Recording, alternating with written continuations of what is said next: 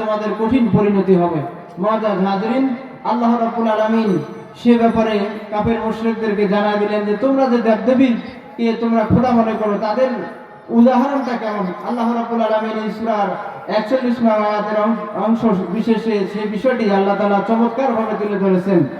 আউযু বিল্লাহি মিনাশ শাইতানির রাজীম। মাসালুল্লাযীনা ইত্তাখাযু মিন দুনিল্লাহি আউলিয়া কামাসালিল আনকাবুত।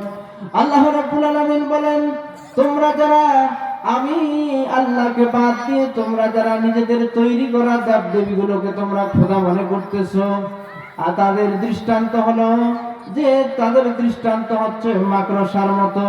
মাকড়সা যেমন একটা অনেক কষ্ট করে ঘর তৈরি করে, আর এই ঘরটাকে যেমন মাকড়সার জালকে আমরা মুহূর্তের মধ্যে ভেঙে দেই।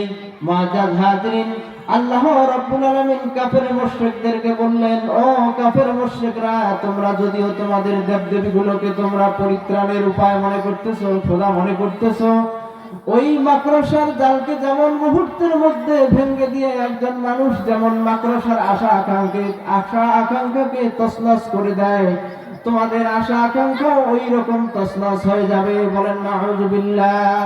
মুআজ্জাজ হাজরিন, আল্লাহ রাব্বুল আলামিন বলেন, ইত্তাখাযাত বাইতান ওয়া ইন্না আওহানাল বুয়ুতি লাবাইতুল আনকাবুত। আল্লাহ রাব্বুল আলামিন বলেন, মাকড়সা ঘর তৈরি করে, আর পৃথিবীর মধ্যে যত ঘর রয়েছে তার থেকে সবথেকে সহজ ঘর হচ্ছে মাকড়সার ঘর। মুআজ্জাজ হাজরিন, আল্লাহ রাব্বুল আলামিন বলেন, লাউ কানু ইয়ালামুন। কাফের মুশরিকরা যদি এটা বুঝতো, মুআজ্জাজ হাজরিন, এটি ছিল এই সূরাটির নামকরণের সার্থকতা বা নামকরণের আসল বিষয়, যে মাকড়সা দিয়ে কেন আল্লাহ রাব্বুল আলামিন এই সূরাটির নামকরণ করলেন। অর্থাৎ মাকড়সার কাজের যেমন কোনো ভিত্তি নেই, কাফের মুশরিকরা যে খোদা মানে দেবদেবী ৩৬০টি দেবদেবী তৈরি করে কাবা শরীফের মধ্যে স্থাপন করে তারা মুসলমানদের উপর জুলুম নির্যাতন করে, আর তারা মনে করে যে আমরা খুব ক্ষমতার দাপট দেখাচ্ছি, আমাদেরকে এই খোদাগুলোই আমাদের পরকালে নাজাত দিবে, পরিত্রাণ দিবে। না, তাদের পরকালে এই খোদাগুলো, তাদের পরকাল তো দূরের কথা, দুনিয়ার বুকেই তাদের এই খোদাগুলো তাদের বিন্দুমাত্র কোনো উপকার করতে পারবে না। মুআজ্জাজ হাজরিন, আসুন আল্লাহ রাব্বুল আলামিন ঈমানদারদের ব্যাপারে কি বলেন।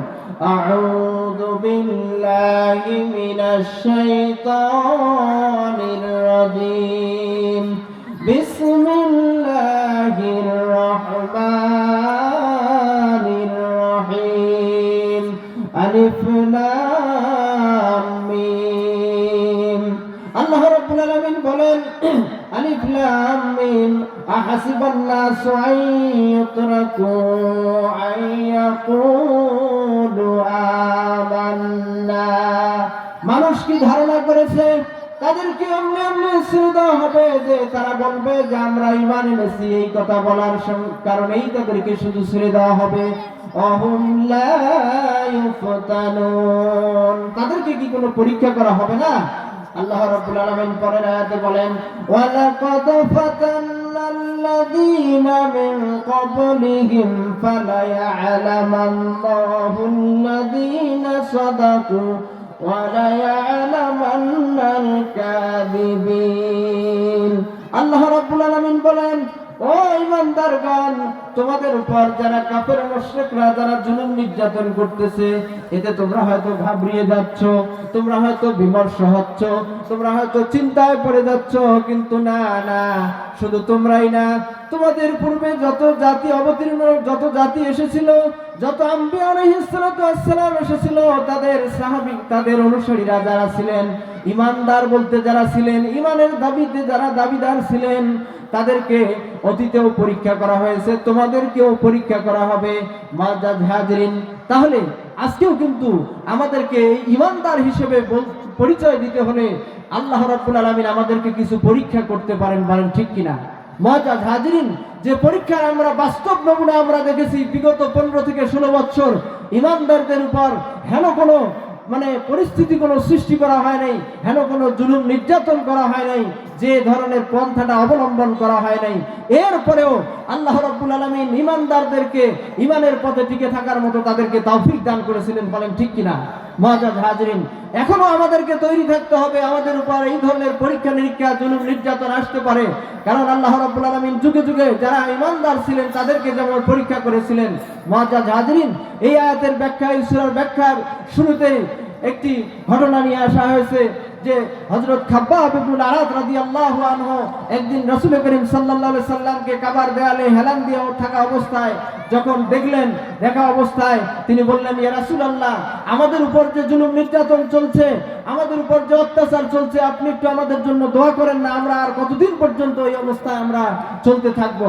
মুআজ্জাজ হাজিরিন, তখন নবী করিম সাল্লাল্লাহু আলাইহি সাল্লাম বললেন, ও খাব্বাব ইবনুল আরাদ, ও আমার সাহাবী, শুধু তুমি নয়, তোমরা জেনে রাখো, তোমাদের পূর্বে যারা এই ধরনের ঈমানদার যারা ছিল, আমার পূর্বে যারা নবী ছিলেন এবং তার অনুসারী যারা ছিলেন, সকলকেই পরীক্ষা করা হয়েছে।